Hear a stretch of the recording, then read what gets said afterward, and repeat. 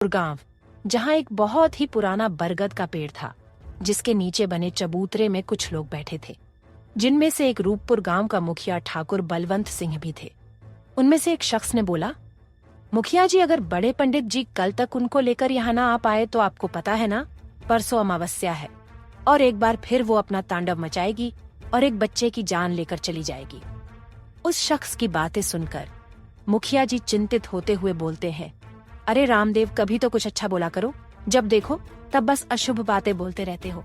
अभी एक दिन पूरा बाकी है और मुझे पूरा यकीन है बड़े पंडित जी उनको लेकर कल तक आ जाएंगे। मुखिया जी ने इतना बोला ही था कि उनके पास दौड़ता हुआ एक शख्स आता है और मुखिया जी को प्रणाम करते हुए बोलता है, मुखिया जी, वो बड़े पंडित जी आ गए हैं और उनके साथ वो भी है, पर वो कह रहे हैं कि वो अभी हमारे गांव में प्रवेश नहीं करेंगे। ये सुनकर मुखिया जी बोलते हैं, क्यों, वो अभी क्यों नहीं प्रवेश करेंगे हमारे गांव में? चलो वहीं चलकर उनसे ही पूछते हैं। इतना कहकर मुखिया जी और उनके साथ जो लोग थे वो उस ओर चल देते हैं जहां बड़े पंडित जी और वो शख्स थे। कुछ देर में वे लोग उस जगह पर पहुंच जाते हैं और वो देखते हैं बड़े पंडित जो एक शख्स के साथ खड़े थे। मुखिया जी और बाकी लोगों ने बड़े पंडित जी और उस शख्स को प्रणाम करते हैं। तभी एक शख्स ने कहा, बड़े पंडित जी, क्या यही है वो जो हमें उसके आतंक से बचाने आए हैं? उस शख्स की बातें सुन बड़े पंडित जी बोलते हैं, हाँ, एक यही है जो हम सबको उसके आतंक से बचा सकते। ये काशी मठ के मठाधीश गुरु अर्जुन देव है। इस दुनिया में इनसे बड़ा विद्वान और ज्योतिष कोई नहीं है। ये तो हम गांव वालों की किस्मत बहुत अच्छी है कि ये हमारी मदद करने के लिए यहाँ आने को तैयार हो गए। तभी मुखिया जी बोलते हैं, हमारे अहोभाग्य की गुरु अर्जुन देव यहाँ आए, पर मुझे एक बात समझ नहीं आ रही कि आप लोग गांव के अंदर क्यों नहीं आ रहे। मुखिया जी की बातें सुनकर गुरु अर्जुन देव बोलते हैं, बेटे, अगर मैंने अपना एक कदम भी आपके गांव में रखा तो उसे मेरे यहाँ होने का पता चल जाएगा और वो सतर्क हो जाएगी, और मैं उसे सतर्क होने देना नहीं चाहता। मैं चाहता हूँ कि वो जब शिकार करने निकले तभी मैं उसको खत्म करूँ। हालांकि उसको खत्म करना इतना आसान नहीं है, वो बहुत ही शक्तिशाली है। मैं उसकी शैतानी शक्तियों की तरंगें यहाँ भी महसूस कर रहा हूँ।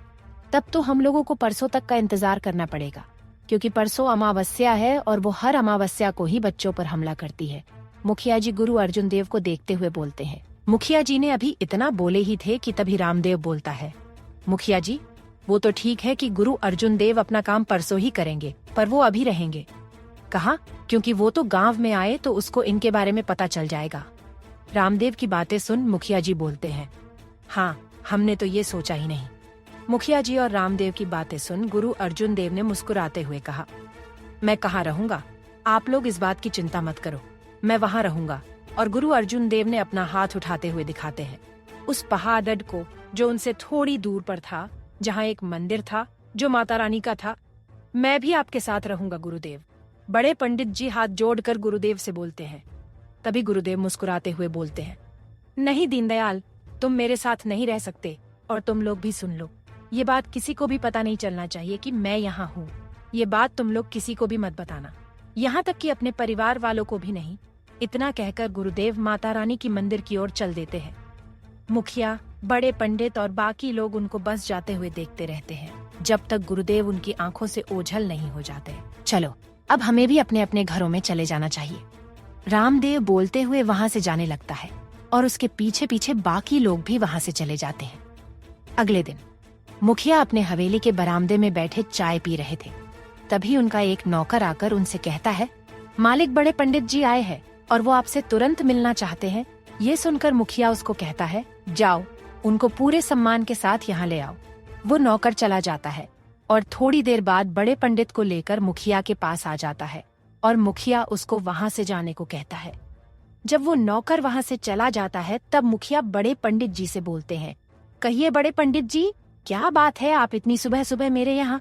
कोई चिंता वाली बात है क्या? बड़े पंडित जी मुखिया को रोकते हुए बोलते हैं, अरे नहीं नहीं मुखिया जी, चिंता वाली कोई बात नहीं।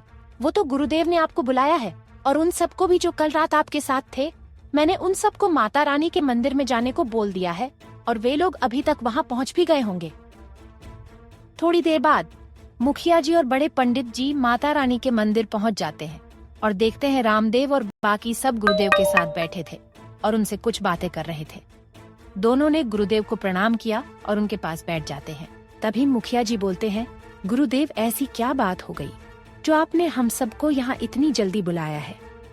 गुरुदेव मुस्कुराते हुए बोलते हैं, मुखिया जी क्या आप जानना नहीं चाहते कि आखिर वो बच्चों को कैसे मार देती है, जबकि उनके माता पिता वही मौजूद रहते हैं।